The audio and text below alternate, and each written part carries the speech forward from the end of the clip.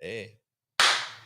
Hey, everybody. Welcome back to another episode of ATL On Fire, the podcast where we talk all things Atlanta United Football Club and all things soccer.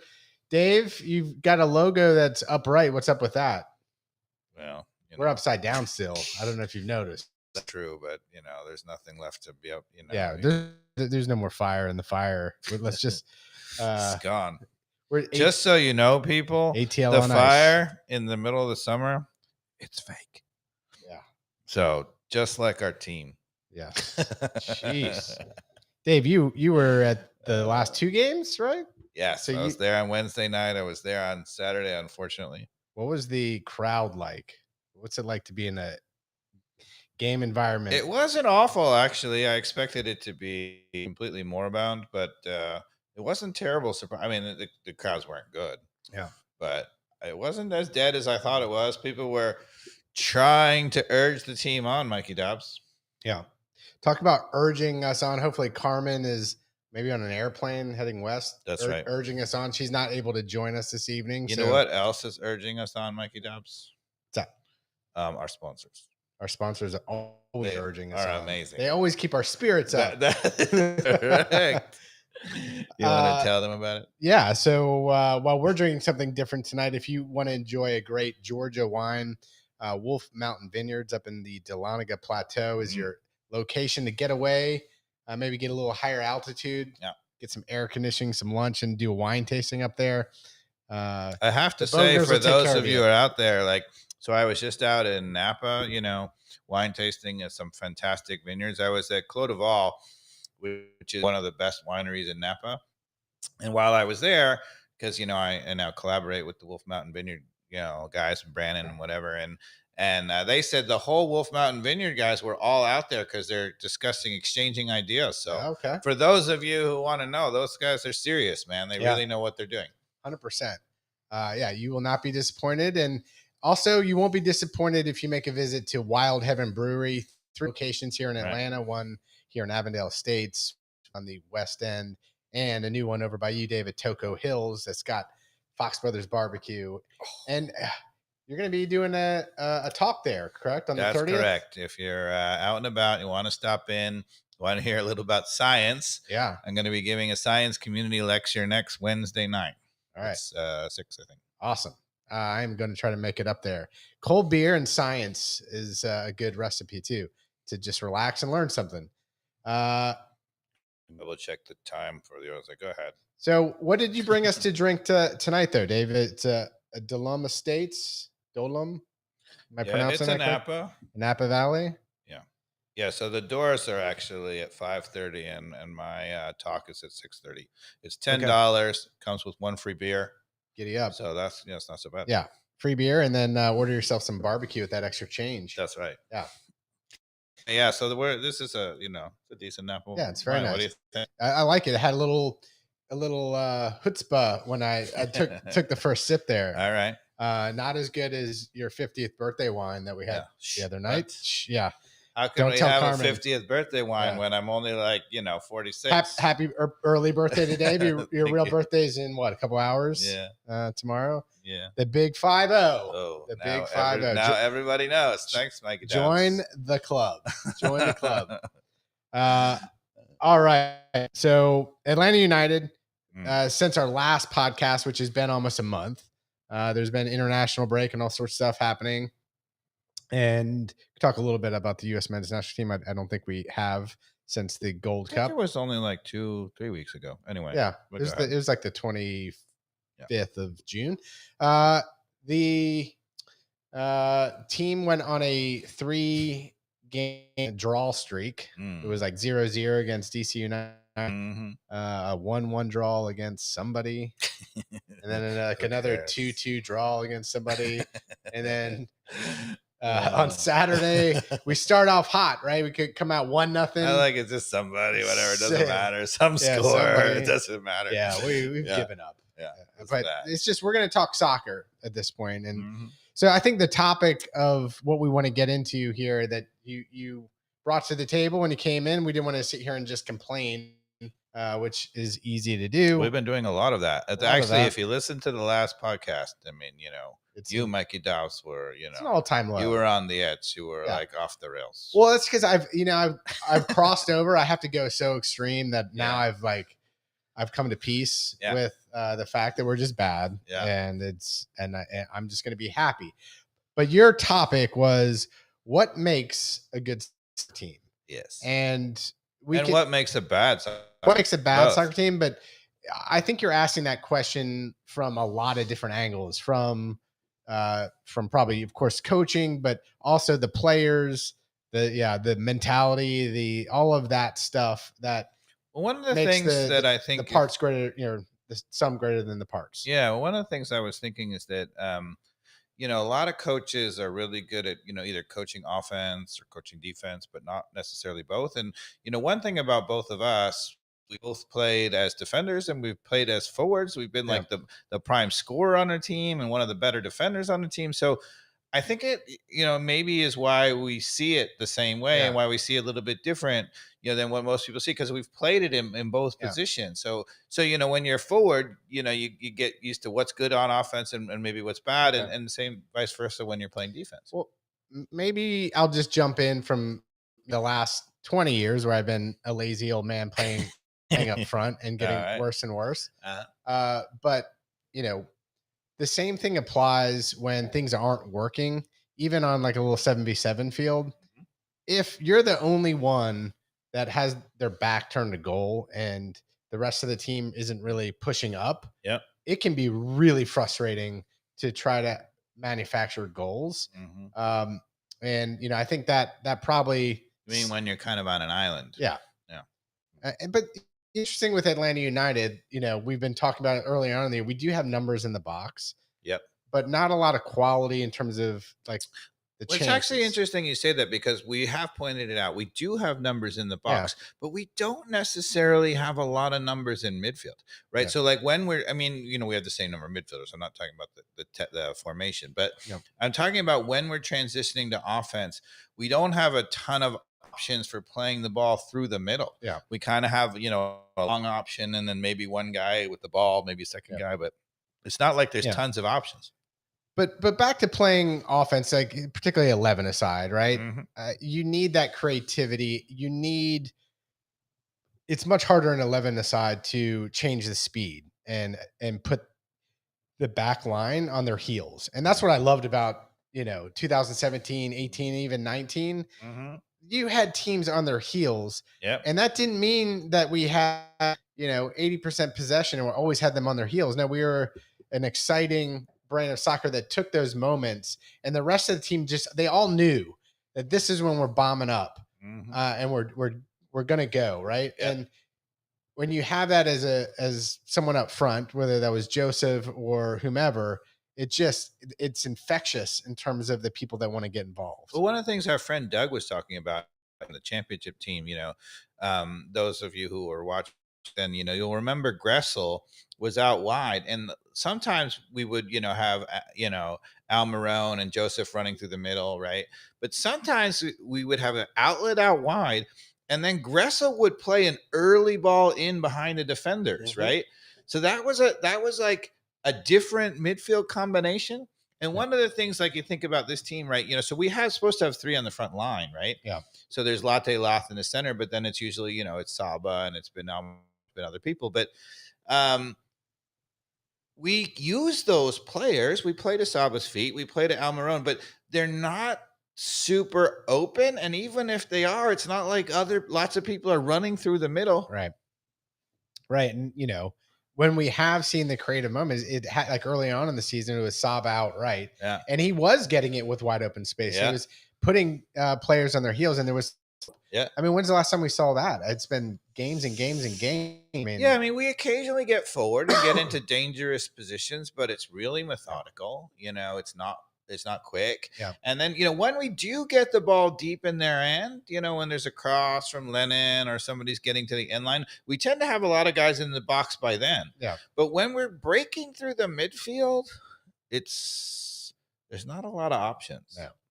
And I feel like we became pretty two-dimensional with the way we attacked with Latte Lot, who had early success and then tried to go to that probably too often, and it became pretty predictable. in terms of the way that teams are defending. Right. So what else makes for, you know, a good soccer team? I think. Well, let's go position by position, and maybe well, I want to talk about position by position. I want to talk a little bit about as a team when the team overachieves compared to the talent or underachieves compared to the talent, right? Yeah. Well, okay, let's go a step kind of behind Latte Lot in terms of like more of the attacking center midfield, which I guess would be Miranchuk in our case, Okay. right? You want somebody who's all class on the ball, who you just have a lot of faith in terms of they're not going to just give the ball up. Can't be turning the ball over from there. And they're going to be able to see the field, slow down, and make a pass somebody else can make on the field. That's kind of what you want from killer pass, killer pass. And you want them to be available a lot. Yeah, you want them. Yeah, you want them to be all over the field and available and just involved. Yeah, like I mean, if you go back to the championship team, Al Marone was playing that role. Yeah, right, and he was available all the time.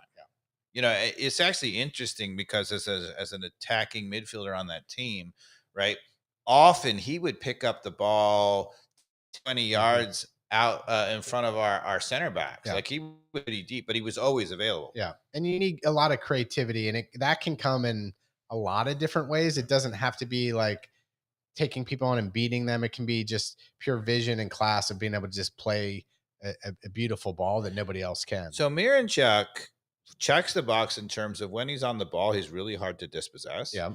He's got 2 good feet and he can deliver a killer ball. Yeah. But something's missing, right? Well, he's not all over the place. I mean, he does move around. Yeah. He drifts space, into nice but spaces. he's not like so active. He's not making runs. Yeah. That's for sure. So there are attacking midfielders who are making runs and moving around. He's not. Yeah. He's drifting into spaces, but he doesn't really make runs. Yeah. Right. So that's one thing. And then the other thing when he's on the ball, he's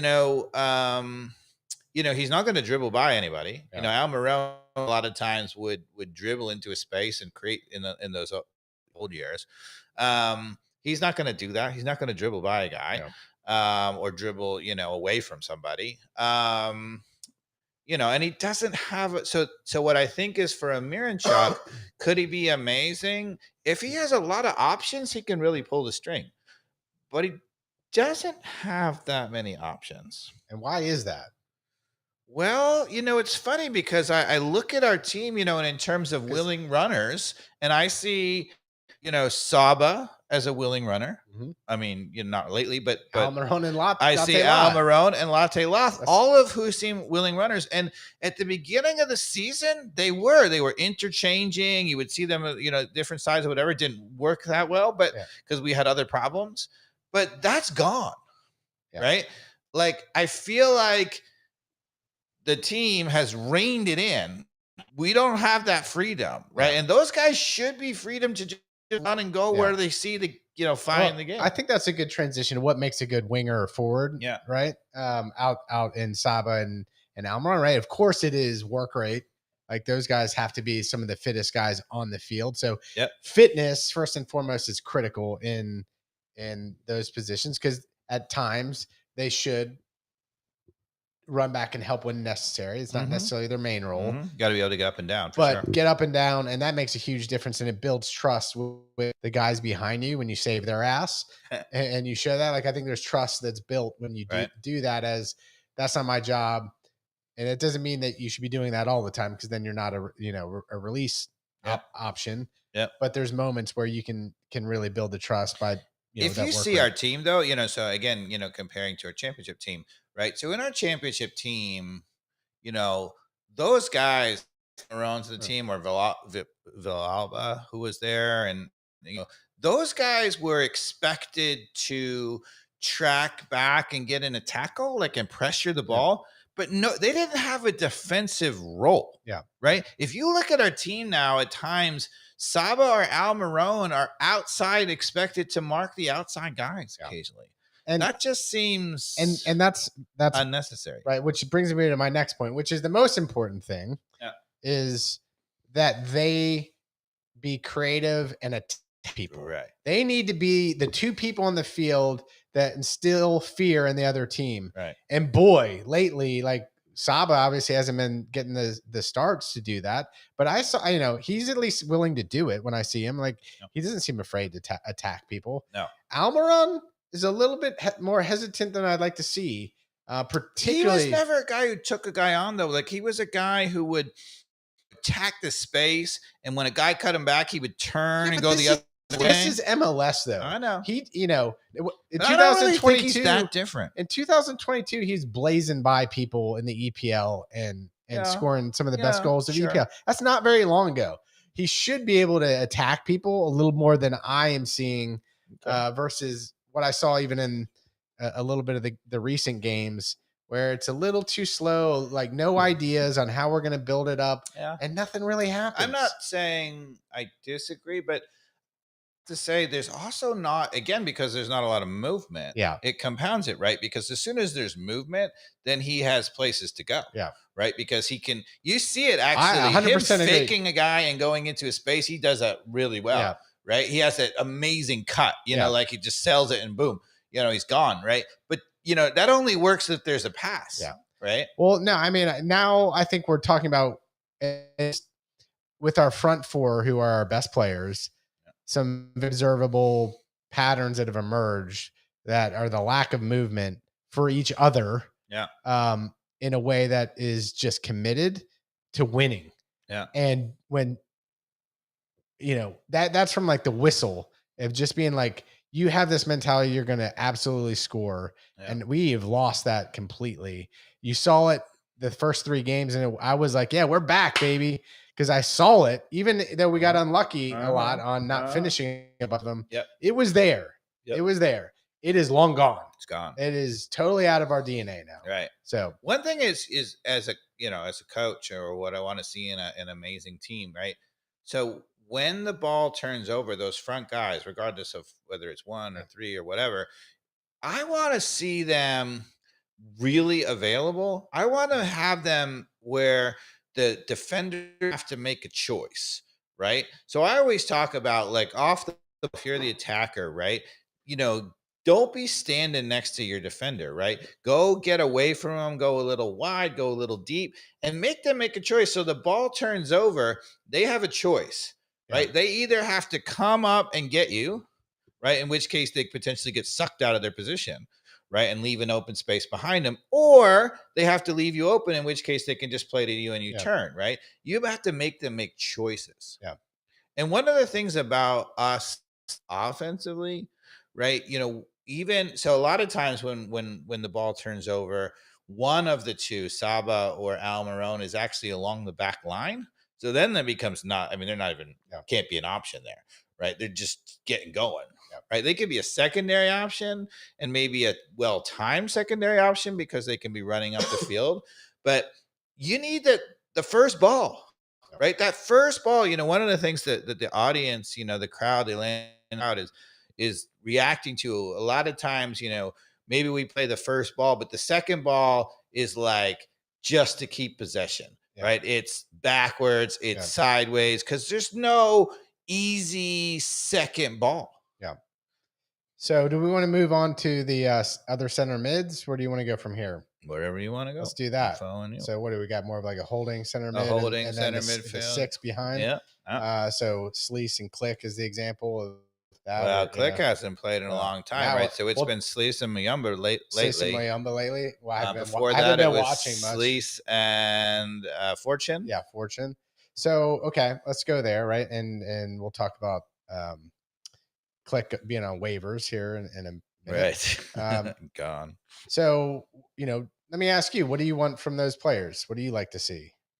Well, defensive midfielder, I think you gotta not only want to see them getting in tackles and winning the ball, but the most important thing, even more important than winning the ball, is actually, again, when the ball turns over the other way, when the other team gains possession, right? Do they now have the easy option open, right? That, to me, so much of soccer, right, is about what happens in the first 3 to 5 seconds after the ball turns over. If you are able to make an easy first pass, and especially if you're able to make a second off of that, the other team's in big trouble. So, one of the things is when your offensive players, when they're not playing offense. So let's say we're playing on defense, right? The Almiron, Saba, and Latte Loth have to be taking up positions, right, where they are now available, right, where they have space to run into. Now, obviously, they cannot do that if they're actually playing along the back line, first of all. But even if they are playing front, they have to be in positions where they have a beautiful, easy first option and a beautiful, easy second option, right? Then we're gone. Right. And so the same thing, the converse is true if you're playing defensive midfield. So then the question is when the ball turns over for us. So let's say, Miranchuk plays the ball. He tries to play through to Latte Loft. Their center back steps up and wins it. Okay. He's looking up the field. Maybe he's like 5 or 10 yards outside of his own 18, somewhere in there. Right. Yep. That first 3 seconds, does he have a first option? And does that have a second option? Right. And to me, if we have to grade something for Atlanta United, that is like the ultimate F. Yeah. Right. Because when the ball turns over, they always have that option. Always. Yeah. Right. It's just unbelievably frustrating. They always have an easy option. Yeah. All right. So are you kind of lump them both in that category? Obviously needing to read where the ball is being picked up, pressure quickly so that it's not certainly an easy second ball. There's lots of different ways to do it, right? So you can play the dreaded double pivot, where one guy is supposed to be going on offense and the other guy is always, and they take turns being that guy. You can play with just a holding midfielder where it's always that guy, like a Tyler Adams on the U.S. national team, when it's just a single one guy. Or you can play, the ultimate in total football when you have the old Barcelona teams, right, with Xavi and Iniesta and Busquets, where there's 3 guys and they just have a triangle all the time. And as the triangle always rotates, there's always someone sitting behind, right? Yeah. So it can be done in any way. But the bottom line is, regardless, the way you know whether it's working is if you hit pause on your DVD, the moment the ball turns over. DVD kids. Yeah, sorry. Your DVR, your TV, whatever, your TiVo. I love TiVo. Anyway, you hit pause on your television when the ball turns over and you just say, all right, looking up the field, is there guys open and is there a second guy open? Yeah. So, for example, if you want to use a classic example, the goal that we gave up in the first 20 seconds of the second half of this past game against Charlotte, they played the ball back. We kind of went up the field, okay, trying to get a little press. They played into the center circle to the guy in the middle, right? And he had a one-touch pass out wide, right? So they had 1, 2. As soon as you have the 2, the second pass, now you're scrambling, right? Because now everybody reacted to that first and second pass. And if you completed the second one, they're going at you. Right? Now, when they have an opportunity to possess the ball or win the ball in that situation, it's so critical. When we had Darwin Tugby, it was so glorious to see somebody who could, when they had the ball, if it was me, I would have lost it. But they do something extra special, keep the ball, and release it out of pressure. Yep. I feel like those positions, it's so important, particularly that 6 role, to be able to do that and do it elegantly. I think Sleece has some of that capability. But the other thing outside of that is also being able to put in a damn tackle. A tackle. You got to be able to put a tackle. I mean, this team doesn't honestly outside. So Sleece wins the ball back sometimes. Yeah. But outside of Sleece, how many times do you really see Fortune or Muyumba getting in a tackle? I mean, even when they win the ball, because somebody might pull up the stats and be like, it's not terrible for winning. They do win the ball, right? Because they kind of run around a little bit and then something pops to them. But they're not closing people down. They're not getting in a tackle. When they win the ball, it's because somebody's made a bad pass. Okay. Right? They're not making it difficult for people. Neither of those players are really making it difficult. At the end of the day, defensively, your back line, your center midfield, right? You have to make it difficult for people. So, the converse to the whole story about, you're dead if you give up the second pass if they play the first pass and you have that marked up, and then that guy doesn't really have an option, right? An easy option for a second one. Now you force him to do something stupid, right? Yep. That's when you really win, because then they turn the ball over badly. You get a counter, blah, blah, blah, blah. It's night and day. And everything snowballs, right? Like even when we were talking a minute ago, right? Like you have to have an open option, right? If you have one of your guys who's supposed to be the open option, Saba or Almiron, playing along the back line, automatically you have one guy who's not an option. They win the ball, they look up, and then they're under another second of pressure, and then it gets recycled back. Well, they just can't pass to themselves. Yeah. Right. You can't be up the field open and available if you're marking behind our outside back. All right. So we've gone through the center midfield. What about center backs, Dave? Center backs. So let's start with you. What do you think? Well, first, good. I think, what you want. I like when I play with teams that were good and you had a good center back, you have somebody who, if that ball got played over the top, you knew they had speed and they could track it down. You need that. Yep. I feel like almost every team needs that from a center back to be able to be the trusted guy who's going to be able to keep up with 97%. You got to be able to win a one-on-one battle for sure. Yep. So I've always felt more confident when that player was on the field with me that could deal with the ball that was way up high over the top. They were going to either be able to catch up with it or win it as a header 1v1 and get up and just relieve the pressure. Like that guy's got it. Yep. Van Dijk being the ultimate example is going to chew you up and spit you out. And then the other quality that can come from a center back is just somebody who's using maybe not their speed, but their vision to cut down things with great angles. And those players typically have a better ability to cut the angle, win it, and then play a really good penetrating ball that breaks a line. So a center back that can break lines once they do win the ball, like to me, that's one of the best qualities that makes a good player in that position. Yeah, great one. Anything to add? Yeah, I would add a couple of things. So to me, organization. Yeah. Right. So is your center back actually organizing the team? And I mean this. So again, in taking the first and second options in the 3 seconds after the ball turns over, right? The question is, once the ball turns over, it's too late, right? Because they either have an option or they don't, right? So it's prior to the ball turning over. When you have the ball, when let's say you're a Braum or you're Williams, right? And let's say Almiron is up the field running with the ball at his feet. Okay. That's the moment where you actually see the center back. It's in preparation for what's going to happen, right? Yeah. We identifying, how many players they have up front, who's where, how are we going to do it, right? And one of the things you look at, like at our team, right? If you watch them, right, Braum, Williams, they're so happy that they're not defending anymore.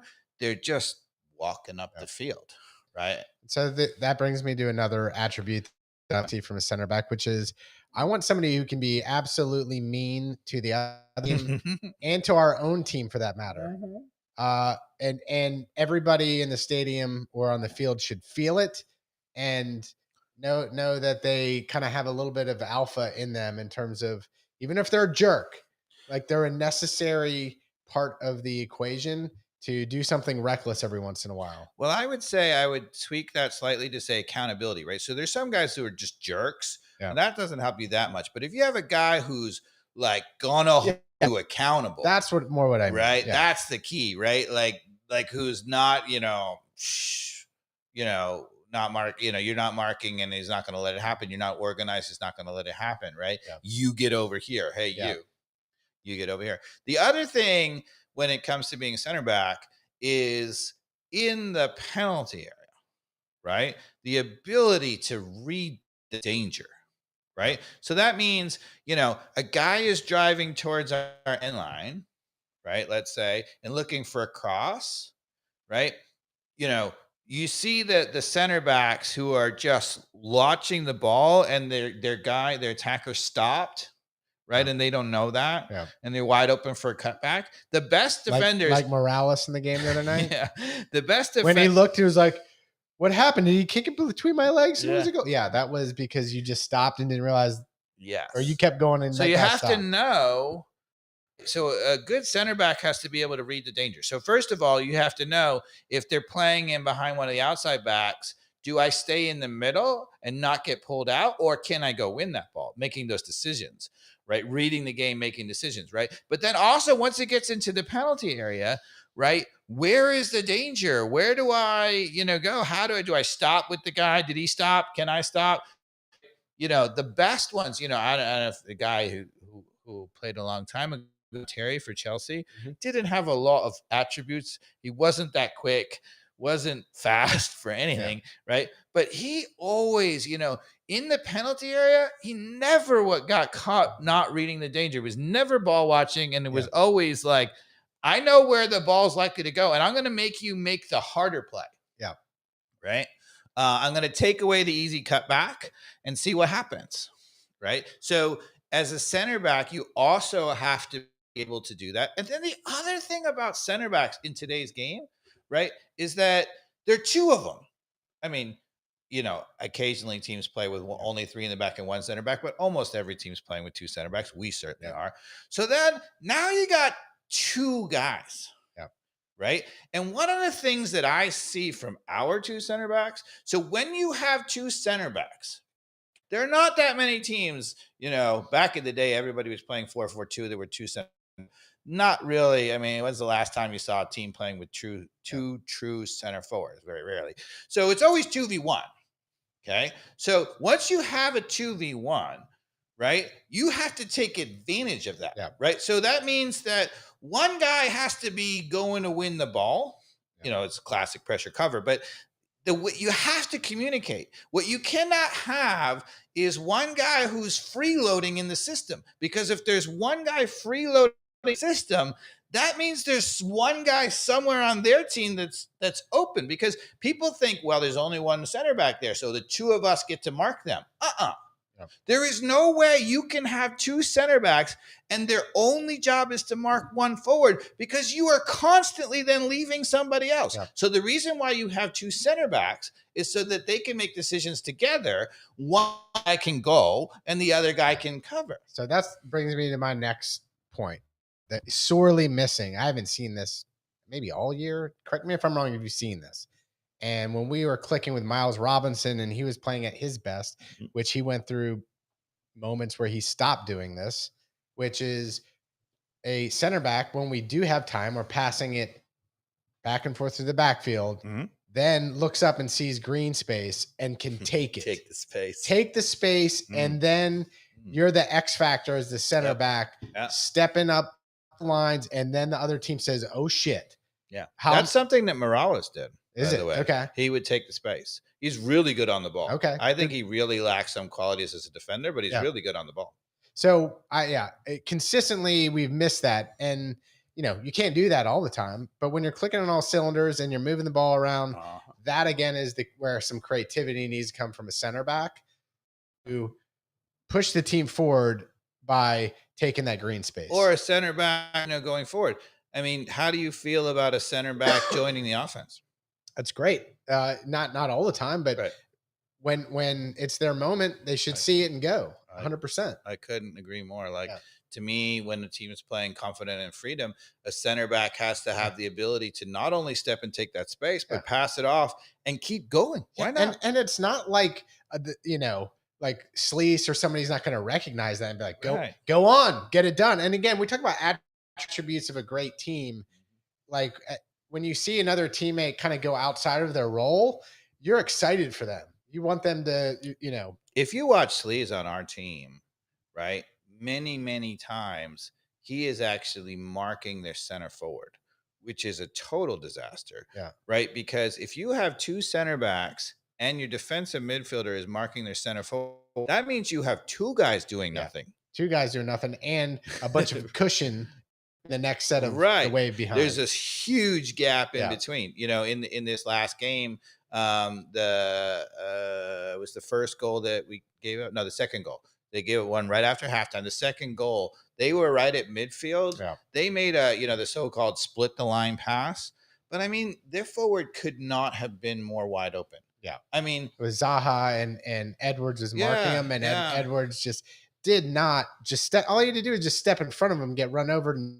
And that's what I was going to say. The next thing is true. Like, so when's the last time you saw one of our center backs actually step in front of a guy and win the ball at midfield? Well, don't recall that at all. No. Yeah. No. You have to be, as a defender, close enough where if there is ball played to your player, so let's say your center back marking up their forward, if there is a ball played to them, by the time the ball gets to them from wherever the ball is, you have to be close enough where by the time the ball gets on them, you can be right on them. Ideally, it's occasionally close enough where you can step in front. Yeah. But at minimum, you have to be close. You cannot, if that guy gets a chance to turn, right? The good players, I mean, you get away with it a lot because a lot of players suck, right? Particularly MLS. But a good player, once you get the ability to turn, like on that particular play, you know, if you watch it in the end, they ran straight through our defense, right? But the key moment was not when they were running through our defense. The key moment was that split the line pass and when they turned. The moment they turned, it was over. Yeah. Right now, maybe you'll get a bailout. Maybe they'll mess it up, but you're in deep trouble. Yep. Just watch that replay. So let's bump out to the fullbacks. Okay. It's a good fullback, Dave. Well, you played some fullback. Yeah. I haven't played fullback in a long time. I used to play some fullback. But what do you think? Or fullback, winger. I'll tell you what the modern fullback is selected for. Yeah. The modern fullback is selected for more going forward than defensive qualities. Mm-hmm. So for me, if a fullback is somebody who just is relentless in putting pressure on that, that attack and closing the space, and can just outright defend and keep people outside. When they do it. Right. They don't let them come inside. They keep them outside. They push them backwards, constantly pushing them backwards and or winning the ball based on the ball going out to them and getting it at an angle and then turning it over to your team. Right. Like those are the things that make for a good fullback period. And to be honest with you, this is not just a critique of Atlanta United, but if you watch across the entire mess, the number of players who are just being left wide open out wide where nobody can close them down. I mean, it's just shambolic. That's why if the MLS teams, and you saw it, for example, in the World Cup, the FIFA Club World Cup, they leave those guys out there. The good teams are like, shh. Yeah. You want to leave that guy because as soon as they get it out to that guy and he has a chance to turn and run at just people on your heels, you're a losing battle. You're in deep trouble. Yeah. So there's pinching in and there is leaving a respectable amount of time to be able to get there right when the ball arrives, at least, so that you're making them go the other direction. And I see it don't do any more than that, right? Like don't be pinched in any more than to give I see that level of courtesy. Against us too. Like, all these teams are just leaving players wide open out wide. Yeah. The thing, it's funny because Columbus, for example, Columbus, who I think, Wilfred Nancy is the best coach in MLS. They lost all those players. They have not a lot of talent left. They're still towards the top of the table. If you watch that team, defensively, they're not that great. But they don't leave players wide open, right? They are organized, and those guys, they go out and actually make it hard for people.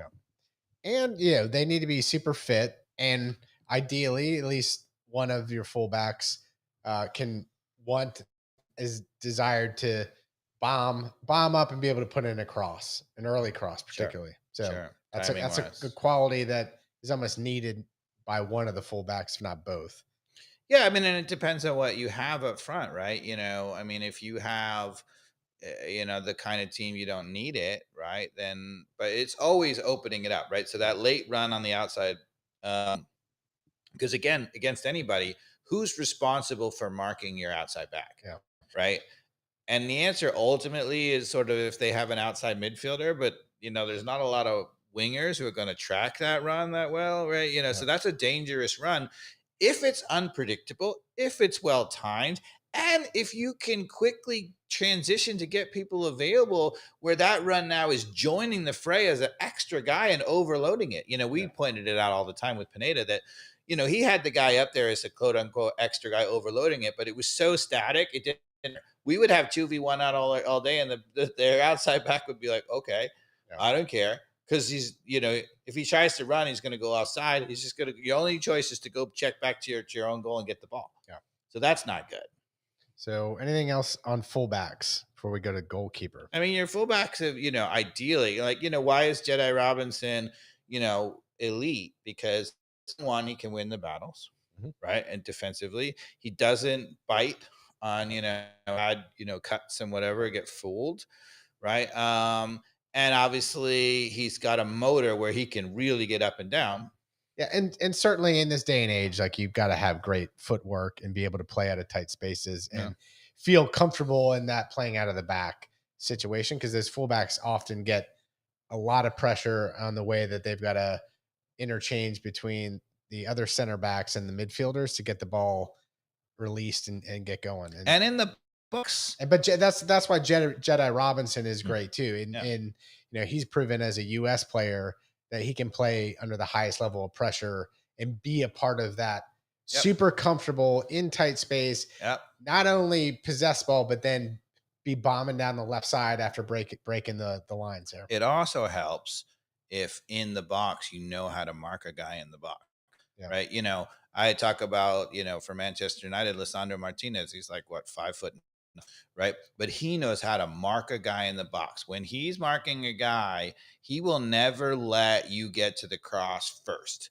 Never, right? He will always beat you to it. Like, for example, the goal that we gave up, it was not Hernandez's fault. It was shambolic down the side. We made it so easy for them to get down the side. Williams never came over to make a play. But then on the end of that, they crossed it to Hernandez at the back post, and he had a chance 1-on-1v1 just to get to us first, and he didn't. Yeah. Right. So all of those things just compound one another, right? Because, would Hernandez be okay if we actually made it hard for people and didn't give up that run up the wing? Of course. Yeah.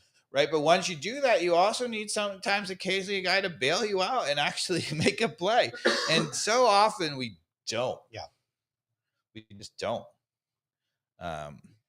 Now, goalkeeping. Yeah. One of the most important things for a winning team, in my opinion. Yeah. You have to have somebody who is just the absolute concrete confidence builder out of the back.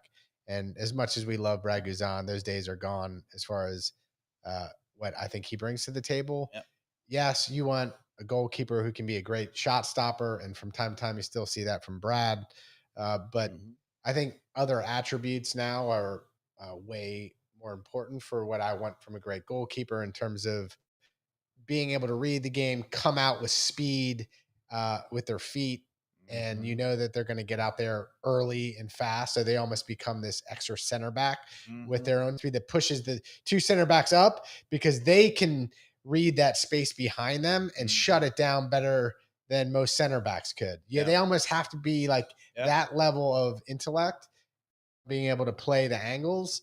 That's just so important in this day and age, almost important than shot stopping, right? Which everybody's like, oh, Brad Guzan made a great save, but that and just the versatility of being able to get, left and right. Being tall, by the way, watching Rios Novas for Miami, who's still starting for Miami. I can't believe but they'd be so much better if they had a better goalkeeper. Yeah. They give up a lot. He got like run over in their first goal, last game. Yeah, they only just outscore people with Messi, but he's it was awful. 5-1, but the first against them, and Novas just got absolutely crushed in the box. It's interesting on the second goal that we gave up where they ran right through the middle, right? And, it was kind of Edwards and it was a mess. But, Guzan came out on that play and he did not make it hard at all for that finish. Zaha had an easy time on that finish. His line was so predictable, right? Yeah. It was like right at the penalty spot, right? He made it so obvious. It was slow to get there. Yeah. So Zaha had all day to see him coming and just to slip it by him. Yeah. I mean, it was not good. And that's a difference because, Guzan 5 years ago is there, a half second earlier and makes him like force something before he's ready. Yeah.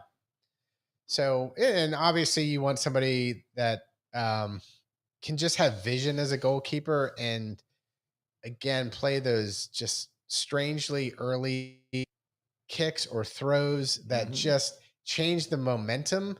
And I Mhm. think as you become 40, and I can attest to this, like you lose that ability to find that Yeah. half second Yeah. to see it and then act on it. Yep. I think Brad still may be able to see it, but he's still a second slower on being able Yeah. to throw it Yeah. or kick it. And it's just behind. It's a second behind. And that is what's missing.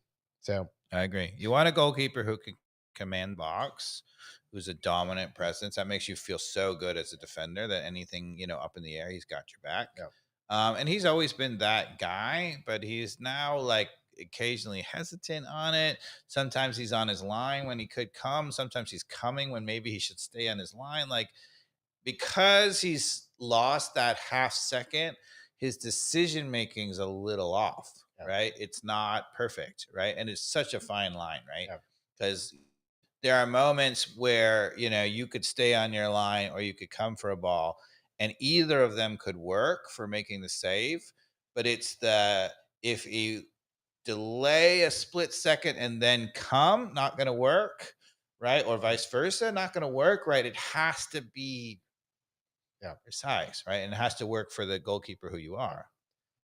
So, in terms of what makes a great team, and I think the exact numbers, right, are a little variable, but you've got to have like 8 super strong players Mhm. on the team. And I think certainly through the spine of the team, from the goalkeeper to one excellent center back to one excellent midfielder, one excellent creative person to one great goal scorer, you have to have that Yep. kind of spine of those 5 or 6 people. And then nice, solid players all around that can fill in and no major weak links. Um, and obviously you have to have out of really all 11 of them this unspoken um for teams that want to that win teams that win, all of them accept nothing less than winning Yeah. when they step on the field. Like that's Sure. they don't talk about it. They don't say it's in their DNA. Like they come from a winning pedigree, whether Mhm. they've achieved it or not. They are bringing that to the table in terms of like it's uncompromisable that you would go out there and lose the game. It's Like winning the plays. expectation is just Yep. like I'm going to win this game no matter what. And if you don't lose the game, you better be the most pissed off person Yep. I've ever seen at the end of the game. There's never been a winning team that I played for that Mm. even the most joker team out there, which is most of the teams I played on, after the game, like, I mean, there was zero acceptance for the fact that you lost to an inferior team. Now, if another team came out there and they matched you, you kind of have that understanding, but you're Yeah. not happy. But Yeah. But I think, so much is made of, the team's attitude, like how you respond, right? And winning plays, almost always occur before that. Like, so, for example, there's a lot of players who really will respond, like when you go down a goal or whatever, but that's no recipe for being a winning team. What you need is for the guy who makes the extra little tracking run, to Mhm. cover in somebody's mistake. You need the guy who reads the ball in the box and denies a goal scoring chance when they get the one time up the field, right? You need the guy who makes a run when he knows he's not going to get the ball, but occupies a Yeah, couple of defenders. Those are little winning plays before it ever gets bad. that's my favorite part of soccer. Is one thing you just said there, that every great team is, and sometimes when it happens, like, no one will ever see it. No one will ever recognize it, except maybe you, the person who did it. When Mm-hmm. you make a run off the ball, Mm-hmm. certainly at the pro level, it's on camera, so you are going to see it, Yeah. and a good commentator should notice that. But when you open up space for another player, and you have other players in the team that selflessly do that Yeah. for you over and over again, Yeah.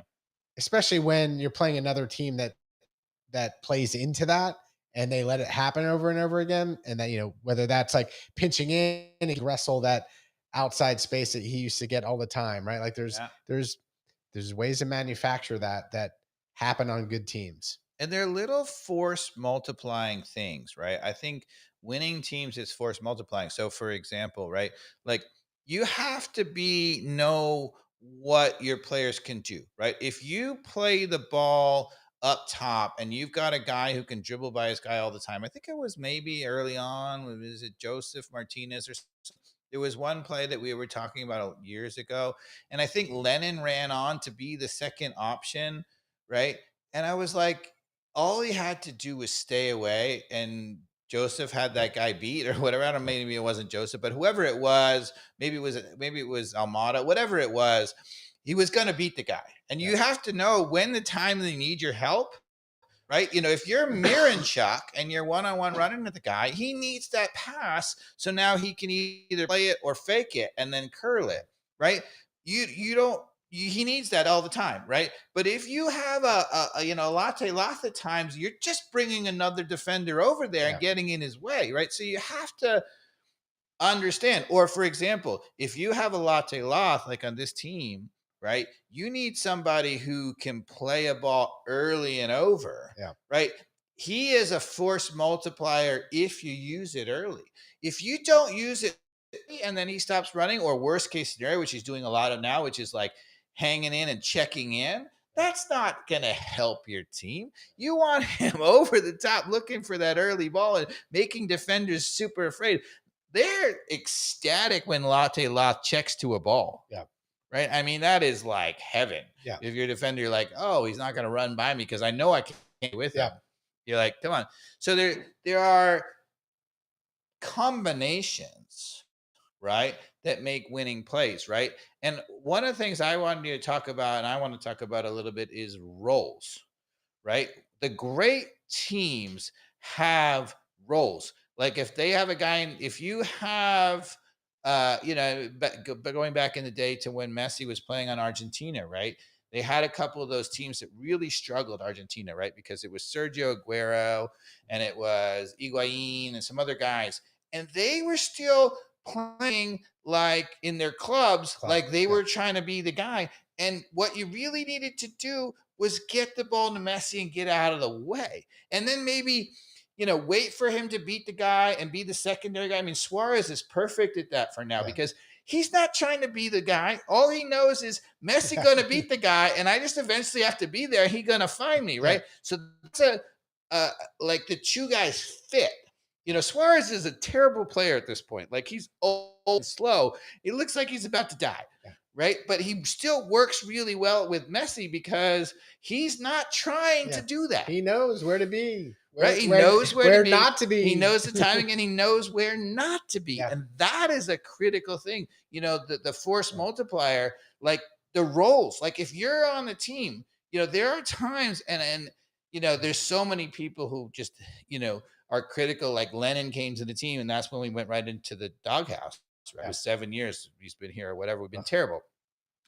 And part of the problem with Lennon is he doesn't know his role. He knows what he's good at, and he just tries to do that regardless. Right. And he doesn't know it. Like at times we've needed him to do that because we know he can't defend. And there are times that we haven't needed him to do that, but he's still doing it. Right. Because he's like, well, that's what I do. But you're like, no, there's a team. Right. And there are times when you have to be the guy to just recycle the ball. Right. Like if you're Muyumba, right, who, I think is not a really good defender, or if you're Jay Fortune, right, we don't need you running in those actual gaps or whatever. We honestly, what we need you to do is hanging back, winning the ball, and just getting it back to Almiron and Saba. Ask you another question. Some of the best defenders you ever played with throughout your youth and career, did any of them play hands behind their back? No. Now this is an epidemic because nor did they run away. But even in the EPL, like the great defenders, they most of the time really don't have their hands behind their back. No, unless it's like unless they're clearly about to cross it, and they do that. It's like last minute. It is a plague in the MLS and particularly for Atlanta United. How early you see everybody, and I make fun of Abram, but it's symptomatic. It's like a disease of how early the arms go behind the back. That's like losing like 1/3 of your balance. And how congratulations, you forgot how to play soccer. And how early they turn and run away. Like it's one thing, like it's totally broken down and you've got a delay and whatever. We have times where we have numbers back, right? So they're attacking with 3 and we've Mhm. got 4 or 5, right? And they're still just running away. That's where, you're like, So okay, you talk about roles. Your role as a defender is to do what? Defend. defend Don't run away. and go try to make a tackle. And you're like, well, at that point, you can dive in. And you're like, yeah, but if you don't like straight dive in, if you go and make a pretty good effort, Yeah. you force the guy to push the ball ahead, and one of your teammates just takes Yeah, the more ball. than likely they're gonna have to take a little Yeah. bit further of a touch to get around you. And if you Right. have a good other defender, they're gonna see that and be your mate. Yeah, if you have numbers, We you have gotta go. none of that Nothing. in the last 7 years. No. I mean, it's we have individual talent, Yeah. but they're not seeing the roles. There's no force multiplying. No, there's zero force multiplier, and I think that's a great point. Is every great team has this hidden force multiplier? You just feel it when you're on that team, and it kicks into gear. It's like, oh man, it's like we have an extra player on the field. Like it's a weird thing, runner's high. Yeah. When you're playing in a team. And there is the opposite. I mean, one of the things that we haven't really talked and about, we're in the opposite, is what makes what we say a force negative or whatever, right? Something that actually detracts a part of it, and we have a lot of so for example, the moment Abram or Williams doesn't close a guy and they just back up and they put their hands behind their back, now it's a domino effect because everything up the field changes. Now the coach make Saba go defend out wide because Amador is coming in to help them, and it's a force negative multiplier, right? So like for example, again, you go to the one of the great defenses recently with Liverpool and Van Dijk. The moment they got Van Dijk on that Klopp team, it was a force multiplier because now everybody knew he had the one guy, right? And everybody could be a little more aggressive. And they did, right? The opposite can be true too, right? If you have a guy who's passive and who's not closing down anybody and is afraid to, now it dominoes into everything else. Yeah. Everything else looks a little bit more off. And that's what people will ask, like, how can this team that's got all this great talent? Sometimes it is as simple as almost one player that changes that dynamic. And I know Gregerson's dead, but I don't believe he's going to be the guy anymore that's going to be able to change the dynamic. On the field. Can't get on the field. Hopeful for a while he was going to be our guy that did that, but he's we've got the Albanian coming right next week. Yeah, and there's another signing with Click going supposed to be a new midfielder, Katza or something like that. What was it? I mean, I don't know. Again, and this is where I actually think roster construction from right? Hull City. Is that right? Sorry, I shouldn't remember the article. I think looking to sign somebody from Hull City. When you're roster constructing, right? So we criticize at times, like, so when you go and get one of the things about, if you go back to our championship team, right, is we had a couple of amazing players, right, in Joseph Martinez and Almiron, right, but a lot of the other players were built to do other things. For example, our outside backs really were good defending, right, and that was good because you've got those players. So we've been incredibly good about getting the players. We've had Almada, we got Almiron back, right? We had, Joseph Martinez before that. We have Latte Loth. We have some really incredible players. Once you get that, you have to know as a roster, I'm not looking for the best offensive outside back. I'm looking for a guy who fits the team in defense and he just wants to give it to Saba and Almiron all the time. Let them do their thing and smile. Because otherwise you have two guys trying to do the same thing and nobody doing the other thing. And you got somebody like Greg Garda who knew his role. He's like, I'm going to defend the shit out of my career right now by being the best defender I can be. And I'll go like we had him on the podcast here and we talked about, Tata give him that freedom. It was like you said, when he won the ball, you're like, hey, free pass. You go ahead and bomb up the field. If you win the ball or there's green space ahead of you, you've got the pass to go up and take the space. People forget in the championship game, right, when we won the championship in 2018 at home and we were unbelievable offensively, we started that final with 3 defensive midfielders. Yeah. Right? So we had Nagbe and we had Lorenowitz and we had the other guy, the Hispanic guy. But anyway, all three of them played in the starting lineup. Right. So you're like, whoa, wait a second. How do you have an amazing offensive team that's scoring goals for fun and you start three defensive midfielders? Because Tata and the team realized, their job in the midfield, they didn't need anybody to go, do things up the front. They just needed to win the ball back and give it back to Almiron. Yeah. Right. And that's one of the problems that we've had. We insist on an awesome offensive, Muyumba or Fortune, right? Well, we should be finding a guy who just wants to help out defensively. All they want to do is defend. Right.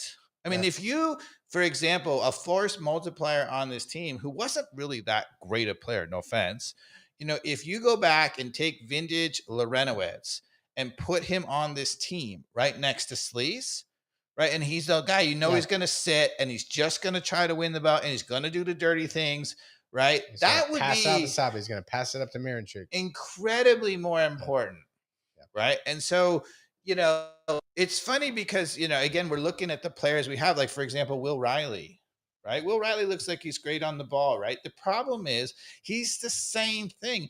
He's an attacking guy. He's a Miranchuk. He's an Almiron. Yeah. He's a, Yeah. Where's the other guy? We're not saying he's a bad player. No, I think he looks really talented. It doesn't fit the role that we need. Right. With all this money that we put into all the talent, we've screwed up our formula. You've got to have the balance. You've got to have the people knowing their roles and being willing to do that. Right? By the way, have you seen the last 8 games in Lionel Messi's stats? Mm-hmm. Something like, I don't know, he's got 7 braces at a He scored 2 goals in 6 of the last 7 games. Yeah, it's just it's silliness. It's pretty look. But again, that's what you expect from Lionel Messi, right? When you come and just have those kind of numbers. It's another thing to do it at 38 years old. It's just like, but that is, one of the things that I'm gonna criticize Miami, right? Because the roster construction is super poor. As soon as you have Miami, as soon as you have Messi and you have also Suarez or whatever, everything you should be looking for is the guys who are just solidifying everything else. So they're doing that, right? A little bit now, but they're bringing now, in DePaul. I know, but for years now, they've just been looking for the younger, another attacking guy, awesome guy, whatever. Okay, but you don't need it. And they're just going to get in the way of Messi, and they don't defend. They don't do the little things. Messi's not going to do that. Well, that's why Messi's like, bring in my bodyguard, and we're going to fix that. Because Messi probably made that happen. Maybe he's like, have that guy. Where's he coming from? Atletico Madrid? DePaul? I mean, he's only he's not that old. 30, 31? But roster construction, right? Even Amador, right, who's I think has been a pretty good player and a pretty good signing. Again, you should be. If I were Lagerwey when I was looking to sign the left back, I would be like, get me the best freaking left back. I don't want to see Wiley, right? No offense to Wiley, right? I don't want to see Bello because neither of them can defend, right? They're really good at going forward, and we don't need it. Yeah, we don't. We talked about that for 2 years on the podcast. Yeah. So anyway, but I think it's really interesting is how it is force multiplying and how it gets disconnected too, right? So if you have a team that's pressing and you have center backs who are dropping off and not coming up and matching up, you are a nightmare. Because the moment they press, you work hard, you get out of position offensively to try to chase it. They just ball to the open guy. They turn around. You now run back to your own defense and you get pissed off. You get tired. You are now no longer pressing when the guy's meant to press. Right? If you look at Latte Loth when he first stepped on the field here, as did some other people like Gigi too, pressing all over the place. Yeah. That lasts for both of them 3-4 games until they realize it's useless. Yeah. Right? Well, they just get frustrated. That's how we started this when I talked about playing up front. Yeah. There is nothing more frustrating when you're pressing and the rest of the team doesn't. So it's either, guys, are you coming with me or you're not? That's right. And Enrique, our wonderful friend yep. who you make emerald wine with, yep. Wouldn't buy into my press. So, and it's particularly in a small field, there's nothing more frustrating than it's like, if Yeah. you're not going to take my cue, Yeah. me running a certain direction, and it's even easier to see on a soccer Yep. field that you have to read off. So again, what makes a great soccer team is you have to read off the signals your teammates are giving you Right. and respect that. And you have to do it. Even if they're doing a mistake, you have to help them out Yeah. in those A moments. mistake will work as long as the other players are making the same mistake with it, Yeah. right? And they're Yeah. connected to it, right? They have to be on the same page. They have to be supporting that, right? Um, yeah, I mean, it's fine. Like, for example, if you don't have a guy who presses at all, right? I mean, we've seen Champions League winning teams where the guy up top doesn't press at all, Yeah. right? That will work okay if the rest of the team is okay with that and they're all sitting in and clogging the midfield and now we go, Yeah. right? But if you have a guy who's awesome at pressing and nobody's going Mhm. with him, it's just it cannot work. So as a coach, right? So you've watched this, you've played in the back, you've played in the front. How do you coach it, right? What do you talk to it? Like, how do you do it? How do you get them all doing all the same thing? Um, from a coaching perspective, I don't know. I'm going to lean on you on that one. For me, it was always on the field of somebody speaking up, and if you let that happen and didn't support your play, you have to have some leaders on the team actually on the field Mm-hmm. that sometimes allow that not to be acceptable in terms of not shutting down the space. Yeah. I think a lot of that comes from some of the leadership on the field. Uh, I don't know. You tell me how much of that comes from like a really good coach because we're certainly not seeing that from Ronnie Dyla Mm-hmm. being like, guys, here's the film. Williams, Abram, there's 30 yards here. Why aren't you shutting the space? Is he that stupid? I mean, yes, he is. So you can coach that with film, but it seems like that should just be on the players in the field also seeing it and saying it's not acceptable. So let's say Gregerson was back on the field. I think he's the type of player that I'd want to be able to look to his left and be like, that shit can't happen. You got to close that space. When I Mm-hmm. step, you step, we all step. Mm-hmm. Yeah, I mean, he keeps talking about the effort, and this and that, and I think he's looking at the mistakes and saying, "Oh, if somebody just did this a little harder or whatever," this is true, right? So there are times which good teams don't have let it happen very often, but even the best teams, there are times when it's out of whack where the guy supposed to be marking up in the center midfield is not. There's an open transition or whatever, and in those moments it sometimes takes a heroic extra effort to make up for it, Yeah.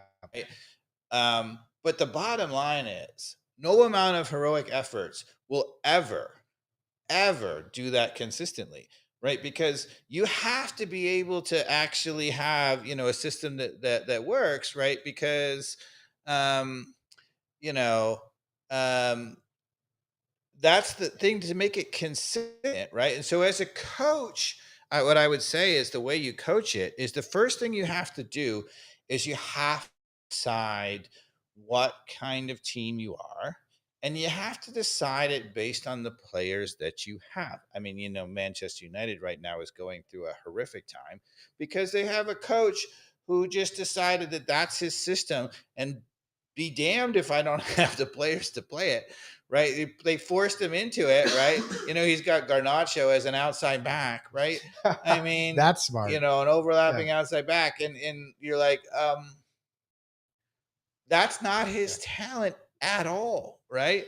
I mean, and so somebody else, he's going to go someplace else and he's going to thrive, and they're going to be like, same way Mick Tomei went to Italy and is incredibly thriving because it's just allowing him to do what he's good at, right? But you have to decide what it is, you, what you're good at, what you're going to prioritize, how you're going to Yeah. do it, and then you have to look for the flaws in it, right? So, for example, if you think that you want to recycle the ball up the field, right, and that's everything that you're going to do, and that's the way you're going to play, then you sacrifice Lennon. He can't be part of the team because he's just going to bomb forward and get in the way, and he's not going to defend. He's not going to be the guy who wins the ball back. So you can't have it, right? So if that's the way you're going to play, if you're like, look, we're fine with Almiron and Saba and Miranchuk and Latte Loth, and you don't need to do whatever, then he can't be on the field. So, all right, what are we in the table? 13th? Yeah. 20 points? Yeah, we're second to last, I think. Just given up the third most goals, and we've scored the third or fourth fewest. I mean, absolutely. We have a minus 16 goal differential. Atrocious. The Atlanta United Soccer Club is just really, really bad. And we're worse than the sum of our parts. Yeah, we totally are. Yeah. It's like we're trying to be this bad. Right. And that's why I was saying it's a negative force multiplier, because we have all of these great attacking talents that they're trying to squeeze on the field, and nobody who wants to play the role. Yeah, no one wants to play the role. No. And I mean, certainly our center backs don't want to play the role. They don't want to defend. Well, they're not capable of it. They're not capable of it. And to be fair, they're just not capable of it. Just not capable. And nor is Lennon, right? So that's not the role he should be playing. He has a role maybe on an MLS team. Yeah. But it's not ours. Right. That's not where he needs to be. Like, we need a true defender on the right. We need two solid center backs. And we definitely need another defensive midfielder to be next to Sleece, and we're okay. That's it. And bye-bye Guzan. Like, I mean, it'd be great if we could get a better goalkeeper, but I'd like to see Cohen. And the guy who they had, Hibbert, whatever his name is, he played the one game that so when Guzan got injured, had the face issue, and he's wearing the mask now. He looked fine. Like, I would keep playing him. So why didn't they play Cohen then? I'm just curious. Cohen's injured. In practice, he got injured? He got injured, I think, playing for the twos. Jeez. That's depressing. Yeah, he had one chance, he's going to get his chance, and he can't even get his chance. But I don't think he's the answer either. But the crazy thing about it is, again, not being able to see it, the fact that he would put Guzan back in the starting lineup. I think this is a problem with, that's where I give no pass to the front office, right? Like, the Guzan conundrum has been coming for a long time. Yes. And to my point on what makes a great soccer team, I've never played on a great soccer team that doesn't have the man in goal. Yeah. You're like, holy shit, that's my goalkeeper. And when Brad was the goalkeeper, he was the man initially. And yes, all the average Joes out there are going to say, but I love Guzan. He's still the man. We still love him. We still love him, but he's not the man anymore. On the field, he's not the man anymore. He's just not. And we should have seen this sunset coming, the front office, and invested in somebody to at least come in and give the guy rightful pressure so that he can go out gracefully and get beat out in his role. Yep. And know when he's getting beat out in his role, and then become an assistant coach and carry his legacy on. But instead, they just let Guzan have the mantle. And it has been a poison pill to some degree on this team. Yeah. Do you agree with that? Absolutely. Okay. Because I think it's because the problem is because of his personality and his leadership. Yeah, he's awesome. They think that's going to overcome things, but you have to keep your eyes wide open. You have to. He doesn't have any competition for his role. No. And thus, we're back to mediocrity. Yeah, somebody should have supplanted him by now. Yeah.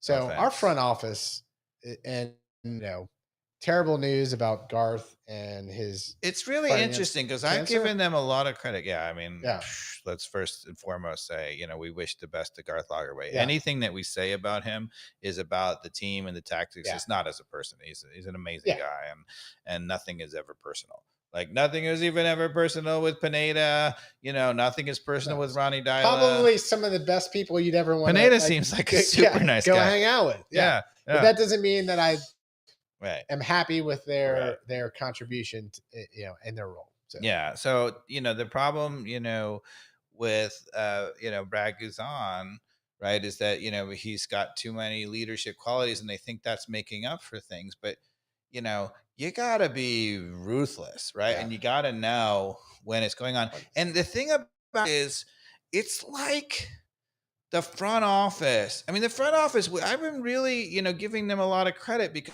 because they've gotten a lot of good players. It's hard to find really good players. And honestly, it's hard to find. They found an Almada and got him here. They found a Latte Lath, who I think has a lot of talent. PT Martinez. Yeah, I mean, they found players, right? And they've gotten some amazing players, right? Where they have gotten it wrong is that they are role players. They're trying to put together an all-star team. Yeah. Right? They're trying to find the most exciting, best player edition, and everybody knows, right? An all-star team is never going to beat the best team. The best team has all the interchanging parts and they know how to play with each other, right? If you take the MLS all-star team and play them against the MLS champions, the MLS champions still probably going to beat them because they know how to do it. And this is where like the all-star team in MLS is Inter Miami, right? And that's why you're still not betting on them winning the league. You keep betting. I'm not betting on them. I am definitely betting on them still. I'm still betting on the All-Star League because he's got Messi, who breaks all logic and rules. Yes. And it's a dumb bet to go against him, period. The end. That's the only reason, because it's not the All-Star team. It's the star team. If you look at the team, though, like Cincinnati is in first place, is a really complete team. But if they play Lionel Messi in a late tournament game, they're going to get their ass kicked. The other thing that's really surprising, Nashville. How is Nashville in size, right? Because BJ Callahan, right? So it's actually interesting, right? So BJ Callahan was the assistant coach under Berhalter, and when they fired Berhalter, right, he assumed the position and he did really, really well, right? He had a few games in charge of the U.S. national team, and we were thriving, right? And then he moves to Nashville, but you're like, oh, it's a few games, and it's not that hard, to pick up, when the other coaches effed it up, you just correct the kind of things, kind of like Glass, right? For Atlanta United's team, Glass, right? Or Valentino, you mean? Or Valentino, sorry, Valentino. So Valentino did the same thing. He corrected a bunch of the mistakes, let them play, whatever, and did well. And then the question is he really good or not? Callahan only had a few games in charge, and then Nashville invested in him. Nashville was in the dumpster, right? I mean, they were just awful, right? They had the British coach had run his welcome out of the place or whatever. And he comes in, and this is he had half season last season, and then he has a whole season this year. It got him in second place. Yeah. That's amazing coaching. I will take anything other than 4 wins and 11 draws or 11 losses. How many do we have? So I would, I go back to, what would you do if you were fired Dyla, right? You raid one of the best teams in our division. You get BJ Callahan, you get Noonan, or you get Wilfred, right? You got to go for Wilfred. Anything less, but if you get them, you weaken the other team, and you strengthen the front office. They have got all this leverage, and they don't seem to be using it the right ways. It's just, I agree. I think they are trying to create an Inter Miami without the city to be able to do it. It's like an all-star team, but it's a bad all-star team, right? An all-star team is not going to win a championship because you just got nobody doing the dirty whatever. Except for they're all getting each other Miami. I'm correcting you. No. Okay. They're not going to win it either. I feel a bet coming on. We already have that bet. You've already lost that bet. I mean, you haven't lost it yet, but you're going to. No way. You've already made that bet. You can't make the bet again. You picked them from the beginning. I can't? No. Come on. You know who I picked? You probably picked like LA Galaxy, who's like the worst team in MLS. I don't know. No. What did you pick? I picked Cincinnati. You did. Okay. They're in first place. Yeah, wow. Good pick. Yeah. Well, that's the great thing about the MLS is they might win the Supporter Shield, but they might again. They'll probably get knocked out right out of the get go. I mean, eventually you got to.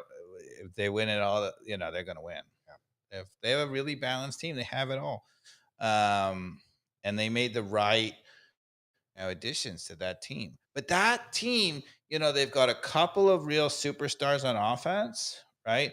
But then the other players are complementary, and their defenses are real defenders, right? All right.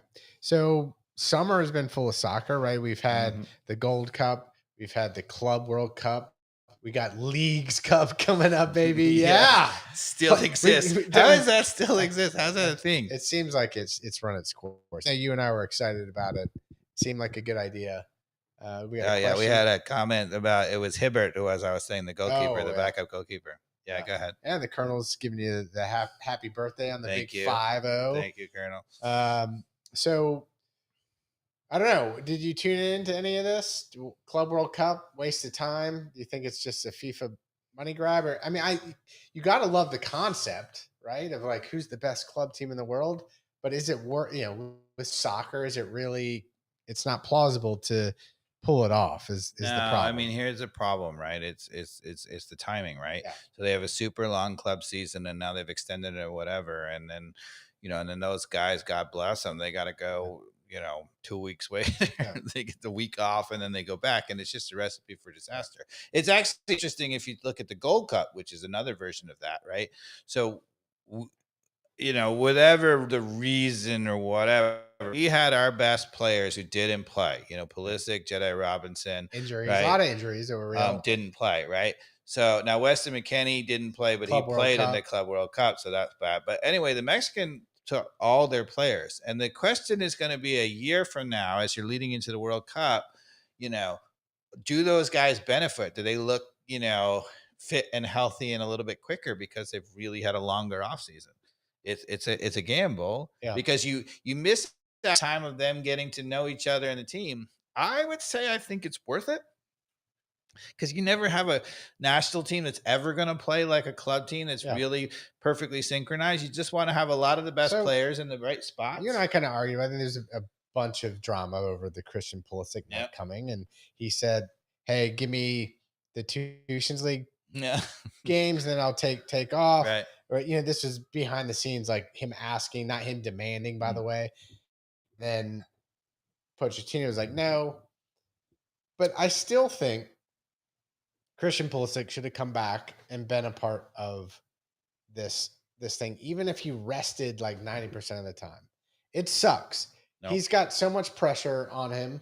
I get it that he needs to rest. The one thing that you don't want for Christian Pulisic, since he's gone on a 2-year run with AC Milan and hasn't injured himself, is to get injured again a year before the World Cup. 100% behind that. Yep. So you still got to come back under extreme circumstances, given you got these older players that would do it for their teams who are the greatest players in the world. He can do it. Call me a Gen Xer, whatever. Don't care what you have to say. I know I'm right here. After thinking so much about this, it's tortured me. He should come back, and Pochettino should have made sure at any cost he wasn't going to injure Pulisic and give his minutes sparingly throughout the entire process. Maybe he only played in the Mexico final. I disagree. I actually think that the moment you bring him into camp, it's not just about the minutes. It's about, psychologically, if you have time off and you're not thinking about football, like that's a big thing, right? So if you're just with the team, traveling, whatever, even if you don't play a lot of minutes, it's not abuse of your body. It just takes a toll. Like, you need time to forget about the fucking game. Oh, God, he's 27 years old. That is his job. It's his game. I get it. I just disagree. Like, he's got to love it that much. I don't care. He doesn't need time off. He's got plenty of time off. You got all the time in the world. You're in your 20s. Are you kidding me? That's like looking back at college and be like, I didn't have enough time off. No, you're full of nonsense. It's not a physical thing. Do you think Messi wouldn't want to be part of it? He's never been like, no. That is not true. Yeah. When he was prime or whatever, multiple times he was like, I needed time off, and he didn't come back. He refused call-up. So no, he did the exact same thing Pulisic did, because he's like, I'll be ready, and you're going to need me there. Just give me a few weeks off. That may have happened once. There was a whole series of moments where he did it. But that's because of also a lot of the pressure from Argentina and politics. The whole thing. So you may be right on that one period with Messi. Yeah. But overall, come on. And we're talking, completely different levels. Yeah. Yeah, of course.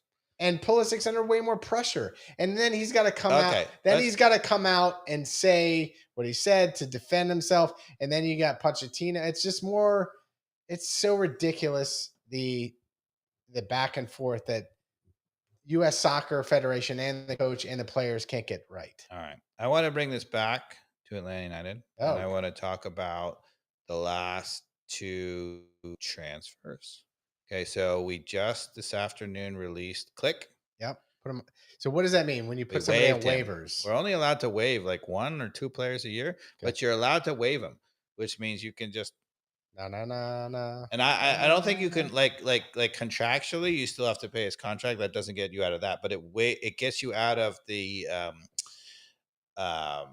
salary cap coverage. So right. So from a club standpoint, I mean, so Arthur Blank may be paying him a lot, but it doesn't count against their cap. But that, which is why we can bring in this new maybe Hull City guy who can bring somebody in wages. And then the other thing that was hilarious, that on Saturday night at halftime, Morales doesn't appear in the second half. Right, he played the first half. He doesn't come out of the locker room, and then after the game, Ronnie Dyla says, he just told me that he run himself out and he couldn't go. And you're like, he's 20 years old, and at halftime he hasn't been starting that many games. It seemed really weird, and it turned out it was total BS, Mikey Dowd. Because it turned out they transferred him at halftime. Yeah, that's why he couldn't go back in the game, because Montreal wouldn't let. Once you make the moment and you sign him, you can't play him in there, because if he gets hurt, and then it becomes a huge dispute, right? Do we owe him the money or whatever? So you literally have to stop him that moment. So they transferred him at halftime. That's why he didn't go back in the game. That's amazing. I thought I read something on that. He's at Georgia Tech trying to get his degree at the same time too. He can't finish his degree.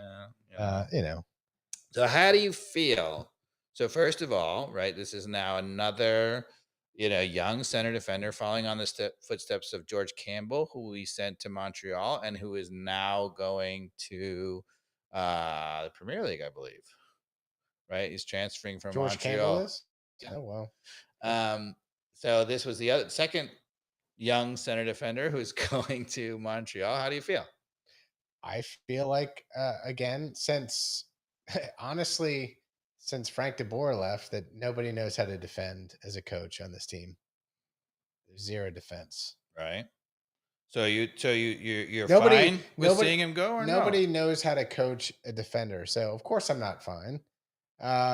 If he's a guy we wanted to develop next to some of these other players, we need depth there. So not particularly. No, I don't like to see our players who are Miles Robinson, George Campbell. Campbell's on his way to West Brom, by the way. West Brom. Okay. No, it's clearly not being able to identify again the roles that we need on our team. But do you think he's the guy or not? I don't know enough about Morales, to be fair. I think he's not the guy. I mean, I actually think Morales has talent. How can you? I mean, I don't think there's enough of a resume there. Multiple times I've seen people just run right through the middle, and he's like, where'd he go? He has talents, really does. He's aggressive. He's not Williams and Abram, who bravely run away. He's not that. He doesn't retreat. He'll go in and try to make a tackle. I think occasionally he's over aggressive. He's really good with the ball at his feet. Sounds coachable. To improve that, if you have the right coach. But the first thing you said about the center back was what? The first thing I said about the center back was they've got to be able to step up and put some elbow grease on people. Well, you said a ball over the top. Oh yeah, I did. Yeah, so that somebody's was the very first thing. I said that needs to be a quality of one of the two center backs. Well, he can't do it. And you also said he can't read the game, which is the other side of the equation. I don't know if he can't read the game. Okay, so there you go. But he can't. That ball over the top, he's not quick. He's not strong. Right, well, they can't be a Terry then. Yeah, maybe. So that's what I'm saying. Be a Terry, yeah. I want both of my center backs to be able to do that. You almost never have two center backs that can be blazing fast. Cincinnati. The ideal is you got the guy who's got wheels, and you got the guy who's got Cincinnati has angles. 3 wheels and angles. They have 3 guys who can do that, right? They have 3 guys, maybe 4, but certainly 3 guys who can do that. Whatever. Okay, so that's one thing. And then, how do you feel about Click? Bye-bye. Goodbye. I told you that when we were at the game. So why did Click not click? He's, so to speak. I think he's lost it. Honestly, first and foremost, he lost it. I actually think, you go back to his days in Leeds, and he was an all energy box to box, and he was really good on the ball. And I think you're right that he's no longer that box to box guy. He's still really good on the ball, but he's a luxury player at this point. I saw him frustrated and again doing the things I like that we're missing, which is just like I need somebody at this point to start smashing some people, and he did that, but it was almost so stupid. It wasn't even like he was trying to get away with it. It was like you're just going to get red carded out of the game. Not that I don't have an appreciation for that, but I think there has to be at that level some tact to it that he was completely missing. Yeah, he was just losing his head. But again, it depends on what you. So I don't know anything about the new signing. Maybe we should look into it. But if they bring in a God help us, there's a center back we already signed. Yes. Who is that? He's from Albania. He played in Portugal. Okay. And then we have, I suppose, a new signing from Hull City, who's another center back. No, he's a center midfielder. Oh, center midfielder. Okay. Yeah, to replace Click. So, Mike, that's what I'm saying. God help if he's the attacking player in any way. Yes. Like, no, we don't need another attacking midfielder. Well, if he plays for Hull City, he's probably a defender. You know what his name is? I'll look it up. It was something like Alteze or something like that. Altaze, something weird like that. Talk for a second. I'm Ismer. I don't know him from Adam. All right. So, front office, Dave. Yeah. Bringing in these new players now. Do you think it's the right thing after a season that's pretty much already lost? Just scrambling, spending all this money again on players that may or may not be a fit with a lot of real strategy. Because look, we're already looking at 2026 at this point. Yep. This season is done. Gone. So why are they trying to use all our TAM and all this monopoly money in a way that might not be the right way? There's a big question, which is Ronnie Deila get another year? So if this is being done because you're like committed to like Deila gets more than 1 year and they're doing it because this is what he thinks the problem is. 100% he's getting another year. Because, I mean, honestly, after the last couple of games, if you're not strong enough as a club to send a message that this is unacceptable for a fan base, like we're already at. Wait, now you're getting confused. Is Ronnie Deila getting sacked or is he getting a second year? I think he's definitely getting a second year because why not have fired him 3 games ago when this thing was such a disaster? I see. This is unacceptable. Yeah. At any other, I mean, this is ridiculous. He's got so much talent. He should be seeing the things that you and I are talking and fixing it so we're not 18th in the East, or even if there's 18 teams in it feels like we're 18th, Dave. Even though we're only 13th. Yeah. It's that bad. Yeah. He has taken us to such a new low that he's such a crappy coach. Yeah.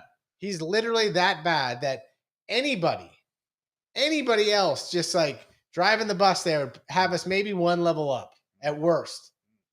It's actually interesting, if you look at Pineda, they brought back for his second year. And in his second year, he actually had a much better year. They finished like whatever 6th. And then they gave him a third year because of that. Yeah. And that was a disaster because it turned out as a fluke, the whole thing. It was just, he was terrible the whole time. So why bring back Deila? Why? Yeah.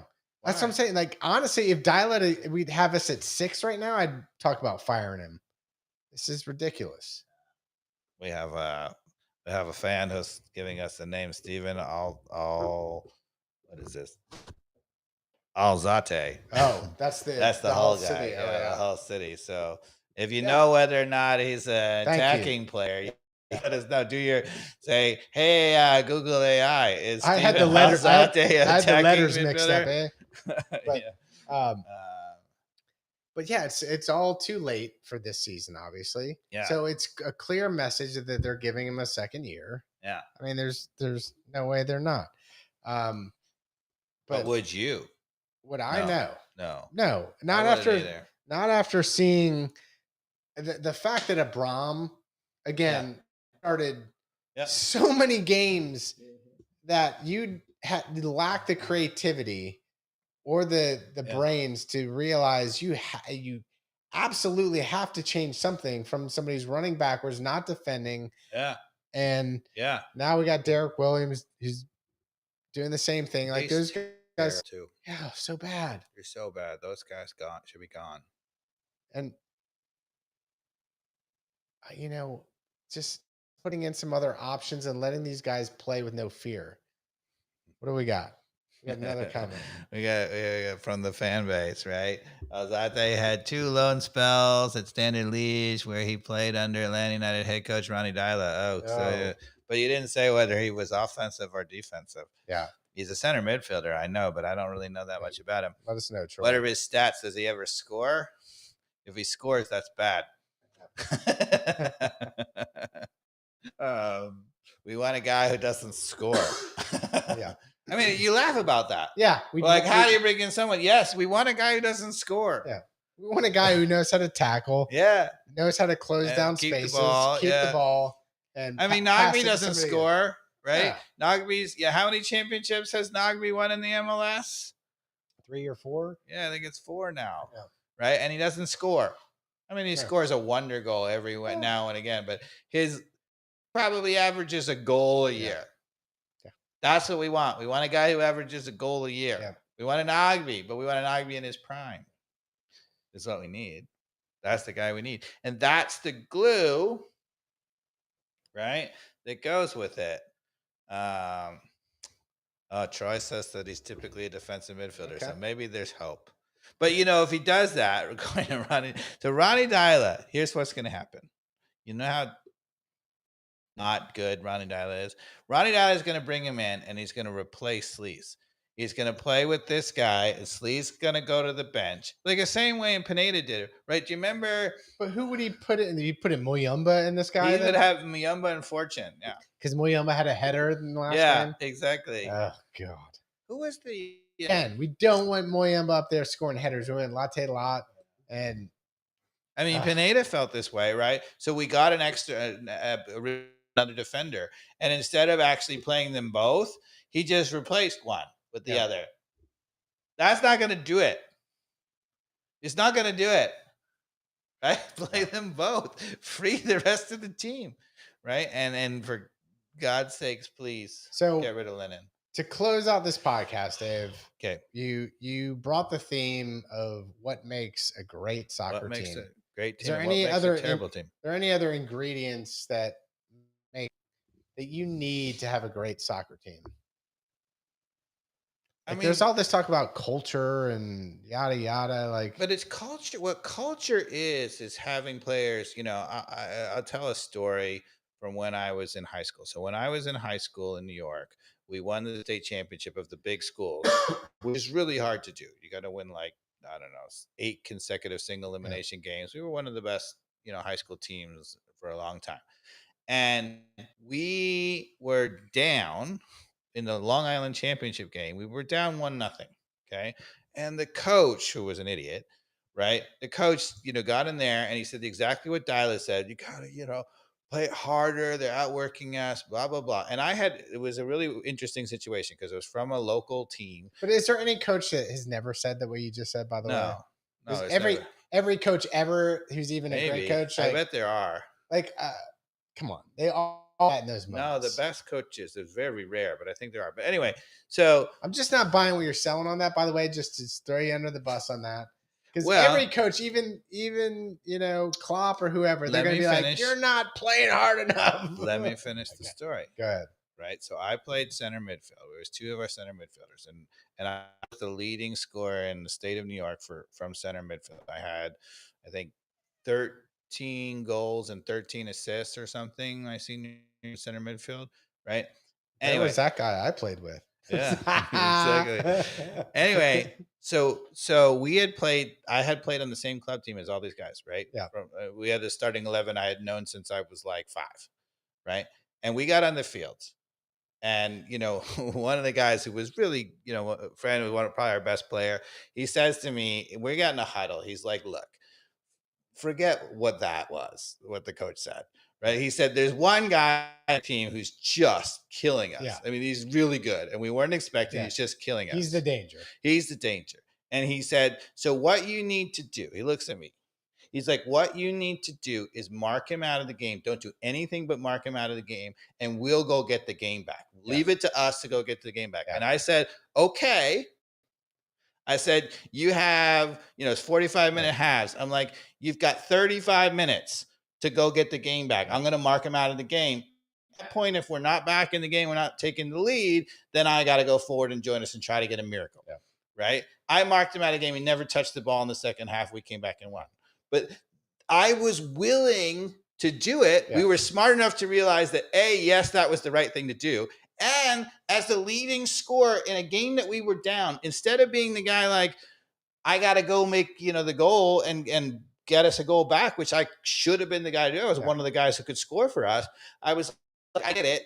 And I have to use my talents in other ways. Yeah. So that's what you need. I think you just dug yourself a hole in terms of like no. coaching being the most important thing, which is what you always stand by. And I've always been like, it's more about the team and what you got to is an important. Every great team that I've ever played for, which honestly is many. I might be 2 teams that were like playing at like a high level because it's a rare thing. Very rare. So I honestly, I maybe only once, if I'm being honest with myself, where it's probably Sting when we played really well. Like we're playing at a level above our pay grade. Yeah. That's kind of a rare thing. And on that team, you had the same respect of, there was no egos. It was like, look, hey, can you go do this? Because I'm going to have, Jean or whoever will go score. Like there was the respect and the understanding between the players that didn't have an attitude and to know their role. And they didn't have a problem with somebody else telling them what to do. I think there's a real problem, and it's a plague on a lot of teams, of even players who are friends. Like when you're on the field and you're there to win, like, hey, you go do this. And they're like, nah, I'm not going to do that. Like, to me, if you have any of that on a serious soccer team, you have no chance of being a winning team. I think that might be one of the most important things on a winning team is the players. It's a very fine balance between what is the right level of respect between the players and being like, hey, you go do this. I need you to do this, and you go do it to be a winning team. The interesting thing, though, I mean, it's clearly semantics, but I would argue that what that was in that huddle, that was coaching. It just wasn't coming from the coach. So I guess that's a little bit cheeky, though. What I'll say to you actually is maybe this is something that where we can reconcile our differences. Sometimes the coach is on the field, and if the other players are willing to listen to them and they can make adjustments and do smart things, 100%, I agree. That to me is not. But that's not solving. That can solve things in a given game, like a championship game, like you're talking about, like leadership on the field in those moments. But you have to have the rest of the equation figured out by the coach for the longevity of a tournament or a season for that to be sustainable. Yeah. I mean, there's the famous moment with Michael Jordan hit the national championship winning shot for North Carolina, and it was, tie game in the national championship last thing, and they had the huddle, and Dean Smith is the coach, and you got this and that, whatever, and he said, look around the stadium. This is what you've been living for your whole life. Is this fun or what? Yeah, that's what he said. Yeah, and then he drew up a play. Yeah, but he was like, look, and that I think. And you're talking about, has there ever been a coach to not say, whatever. I think there are moments where coaches who really get it. It's those are pretty far in between. I think. Yeah, they're very rare coaches. I also think even in those rare moments with those coaches get embellished a lot too. Of course. Because most of the time they're pretty pissed that the team is playing like shit in that moment, and they're like, but what I'm saying is, if it's down, the really good coaches are not just going to say, they know when it's down because this team is not playing hard enough and they need to play harder, and they know when it's down because there's something wrong. Yeah, they know that there's not a time to just yell at people. I get that. Yeah. All right, have we talked about it all? I think we have too. I don't know if we should even dance it off. Like, no, there's no joy in Mudville. This episode was ATL on Ice. Yeah, we're just gonna let it, and it was very somber. Yeah. So. In the comments, let us know what you think makes a great soccer team. Yeah, exactly. We'd love to hear that, right. or on any of the social channels. And what makes a terrible team? And what makes a bad team? And yeah, I think absolutely Ronnie Dyla's got a pass into, at least again, like Pineda, at least probably till May of next year. If he's not doing, if there's any signs that things are heading the same direction, if they don't fire him, they were going to fire him. That's right. If they were going to, they would have done it 3 ties ago. I don't know. I mean, I get that, but so if he finishes second to last with this team, you think he gets another year? Or last even? Yeah. That's how this is Atlanta. I don't see that. We're already there. Like, why not fire him already? No, because there's somebody. Arthur Blank never likes to fire a coach in the middle of the season. Arthur Blank's, I guarantee you, Arthur Blank's patience is at the same level as mine. Sure. On results. Sure. Arthur Blank at this point doesn't care about process or any like courtesies. I think he would have fired him 3 months ago. Well, it's not him anymore. It's his son anyway. But he's just watching. But you know, like it is so toxic in the Atlanta United fandom right now. It's unbelievable. Yeah, that's what I was saying. Can't not fire him. But why wouldn't they have already done it then? Because you don't want to be churning a coach like you give him a season. Well, it's already lost. What outside coach would be like, you don't deserve to get fired for what's happening here? I get that, but that's not a churn thing. But firing him now doesn't help because it's not like it's salvageable, right? It's not like it can. Nothing is salvageable. Yeah, I agree. Everything is so you can awful. Wait. Fire him the day the season ends. That's fine. No, I'd rather be on a global hunt and go ahead. I would have the search on now. Yes, that's what I'm saying. Search is on now, and announce it. Be like, Dyla, see us out. Tata Martino. And then as soon as we find a coach, we're going to fire you that day. Tata Martino. Yeah. It's available. Yeah. I think he wants to come into this dumpster fire. We got rid of the guy he hated, Bocanegra. That was he loved Arthur Blank. Yeah. He loved Atlanta United. He hated Bocanegra. Yeah. Is he down in Argentina now? Where is he? And he actually, I think, liked Chris Henderson. Okay. Because he worked with him in Miami. I think he actually liked him a lot. All right. Well, there we go.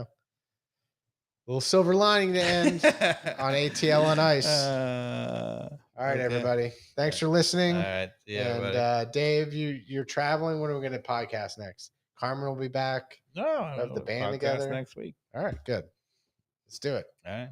All right. Thanks, everybody. See ya.